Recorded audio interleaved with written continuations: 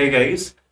यहाँ पे हैं हम लोग आरडीएस के मैनेजमेंट कंसोल में, और यहाँ पे एक बंदे ने कमेंट करा था कि मेरे को मेरे से ऑरोरा का जो डेटाबेस उन्होंने बनाया है वो डिलीट नहीं हो रहा है ना।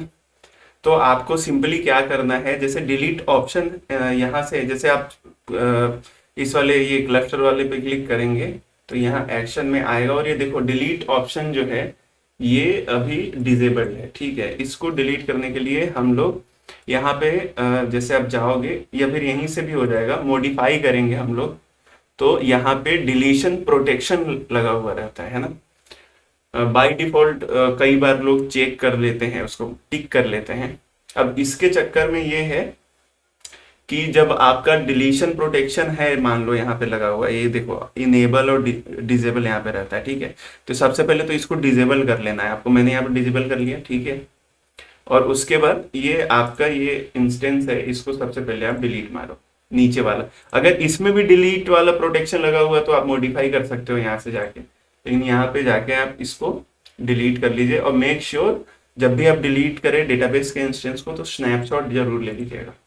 अभी इसके अंदर को तो कुछ था नहीं मेरे, क्योंकि डिलीट कर रहा था मैं। अब ये बोल रहा है कि डिलीट टाइप करो, इसमें डिलीट कर दो टाइप इसमें, सॉरी डिलीट मी, डिलीट मी कीजिए और उसके बाद ये डिलीट होगा। ठीक है, ये डिलीट हो जाएगा। उसके बाद ये ऑटोमेटिकली थोड़ी देर के बाद यहाँ पे आ जाएगा और फिर हम लोग डिलीट करेंगे। यहाँ आप देख रहे हैं कि डिलीट वाला जो प्रोसेस है वो चल रहा है। तो इस तरह से गाइस हम लोग डेटाबेस को डिलीट करते हैं AWS के अंदर।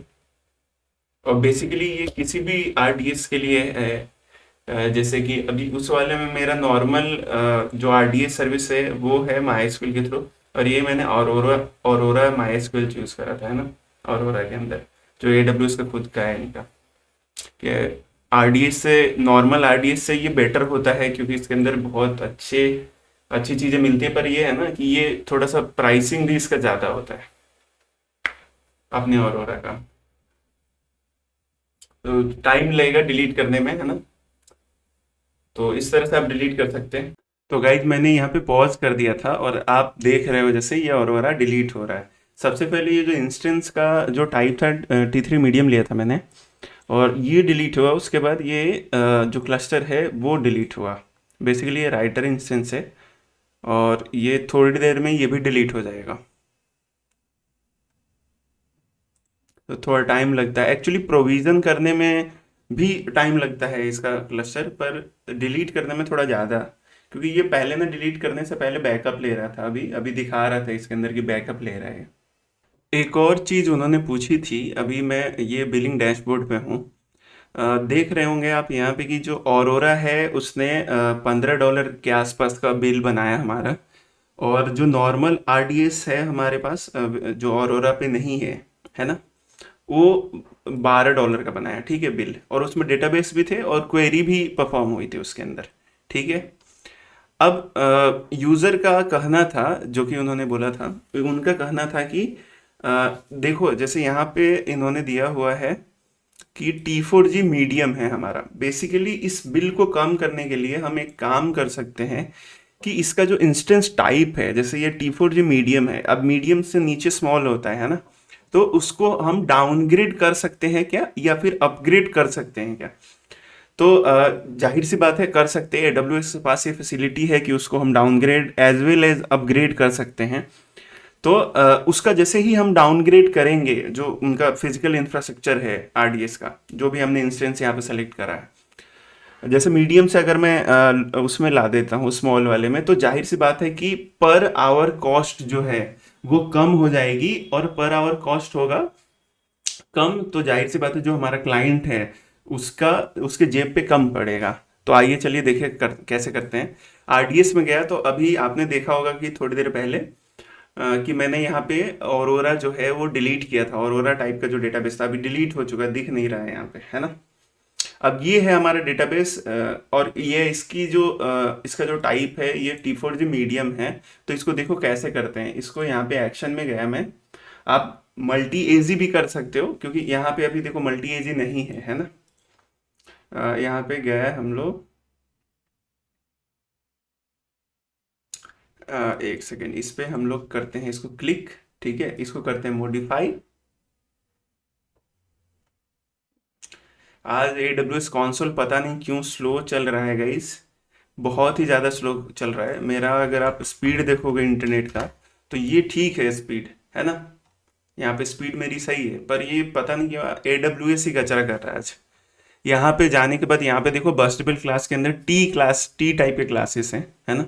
और इसको यहाँ पे T4G स्मॉल है, 2 कोर के साथ और 4 रैम के साथ। इसको मेरे को, सॉरी मीडियम है अभी फिलहाल, मैंने मेरा T4G मीडियम है, 2 CPU है और 4 GB का रैम है मेरा। अब इसको मैं स्मॉल में ले जा सकता हूँ, माइक्रो में भी ले जा सकता हूँ, ठीक है। तो 1 GB रैम और 2 कोर देगा इसके अंदर। तो हालांकि उससे बेहतर रिक्वायरमेंट है क्लाइंट की, जो जिनका भी ये कंसोल अकाउंट है, लेकिन फिर भी मैं इसको माइक्रो में कन्वर्ट करें, स्मॉल से भी नीचा रहेगा माइक्रो, ठीक है। तो इसमें 2 कोर मिलेगा और 1 GB रैम मिलेगा, ठीक है। तो मैं अभी T4G माइक्रो में कर सकता हूँ। एक बार देखिए माइक्रो इंस्टेंसेस कितने हैं। तो एक तो है T3 माइक्रो, ठीक है, और एक है T4G माइक्रो। तो आई थिंक T4G बेटर है, तो T4G पे क्लिक कर लेता हूँ। और ये भी आपका फ्री टीयर के अंदर आता है AWS के अंदर, ओके। बाकी सब मैं सही रखता हूँ। और जैसे ही आप यहाँ पे देखो, ये डिलीशन प्रोटेक्शन सब चीज़ तो सही है। अब इसके अंदर एक चीज कर सकते हैं, ठीक है, यहाँ पे कर सकते हैं कंटिन्यू। हाँ, इस वाले पेज में बता रहा है, ये जो मॉडिफाई आप कर रहे हैं ये वाले इंस्टेंस को, डेटाबेस के इंस्टेंस को, इसको आप नेक्स्ट मेंटेनेंस विंडो, यानी कि जब भी ये लगभग 11 बजे के आसपास, 11 बजे पौने 12 के आसपास ये मेंटेनेंस विंडो है इनका, 11 फरवरी को, मतलब 5 दिन के बाद, उस समय अप्लाई करवाना है या फिर अभी करवाना है। क्योंकि मेरे को अभी करवाना है तो यहाँ पे अप्लाई इमीडिएटली करूंगा। जब तक ये सेम रहेगा, अगर आप शेड्यूल मेंटेनेंस में करेंगे तो, और अगर अभी करते हैं तो ये अभी इमीडिएट ये उसको स्टॉप करके और वापस से उसका जो फिजिकल इंफ्रास्ट्रक्चर है उसको चेंज कर देगा। बेसिकली इस केस में हम डाउनग्रेड कर रहे हैं। जैसे मैंने क्लिक किया तो ये बोल रहा है कि इस इंस्टेंस को हमने सक्सेसफुली मॉडिफाई कर दिया है, जबकि आप यहाँ पे देख रहे होगे कि अभी फिलहाल स्टिल ये T4G मीडियम पे है और मैंने इसको T4G माइक्रो पे करा है। तो इसको रिफ्रेश करोगे तो थोड़े टाइम के बाद ये क्या करता है, देखो अभी यहाँ पे आ गया स्टेटस मॉडिफाइंग। ये लगभग 3 से 5 मिनट का समय लेगा और इसको मीडियम से लेके माइक्रो पे कर देगा। और जैसे माइक्रो पे करेगा तो आपको पता है 750 आवर्स के आसपास ये फ्री टीयर में इंक्लूड हो जाएगा आपका मंथली, है ना। दूसरा, उससे ऊपर जब जाएगा तब बिल आएगा आपका, एक्चुअली चार्जेबल होगा।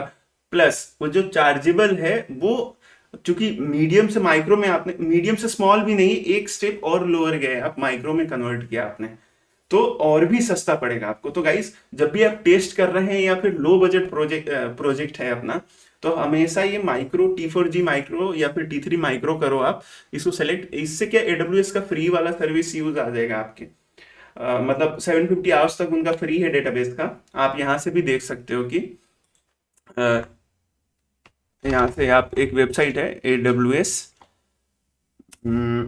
RDS फ्री टीयर, इसमें जैसे आप सर्च करेंगे तो यहाँ पे बता देगा RDS का फ्री टीयर क्या है और क्या क्या है। देखो जैसे T2 माइक्रो है, T3 माइक्रो है और T4G माइक्रो है, ये सभी 20 GB तक स्टोरेज इनका फ्री है और 750 आवर्स और Amazon RDS ये सब फ्री है, ठीक है। ये 1 साल तक फ्री है अपना, तो ये चीज आपको मिल जाएगी। अब ये मॉडिफाई कर रहा है, टाइम लगता है, लगभग 5 मिनट का टाइम लगेगा आपका, है ना। और ये तभी करें आप जब आपके पास लो ट्रैफिक हो, ज्यादा कुछ हो नहीं, तो इसको आप मॉडिफाई सक्सेसफुली डाउनग्रेड कर ली। और फिर जैसे अगर हाइक हुआ ट्रैफिक तो इसको या तो आप स्केल आउट कर दो, है ना, या फिर अ, अपने हिसाब से एक बैकअप इंस्टेंस रखे रहो आप डेटाबेस का, और उस समय जो ट्रैफिक है उस पर राउट कर दो आप इसके अंदर। ब्लू ग्रीन के जैसे इन्होंने भी यहाँ पे बता भी रखा है कि ब्लू ग्रीन डिप्लॉयमेंट करिए, ताकि जब भी अपग्रेड या फिर डाउनग्रेड करे तो उस समय जो सारी ट्रैफिक है वो पुराने वाले पे से हट के उस वाले पे चली जाएगी, नए वाले पे, और बाद में पुराना वाला आपका हट जाएगा धीरे धीरे। तो यह ब्लू ग्रीन डिप्लॉयमेंट के थ्रू होता है।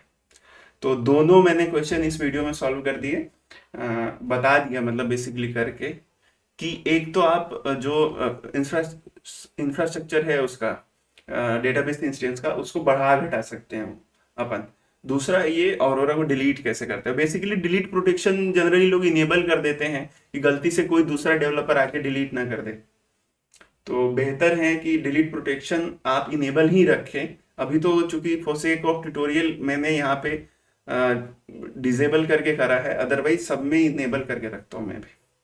आई होप कि आपको समझ में आया होगा, और प्लीज़ वीडियो को लाइक करिए और चैनल को सब्सक्राइब करिए। Thank you.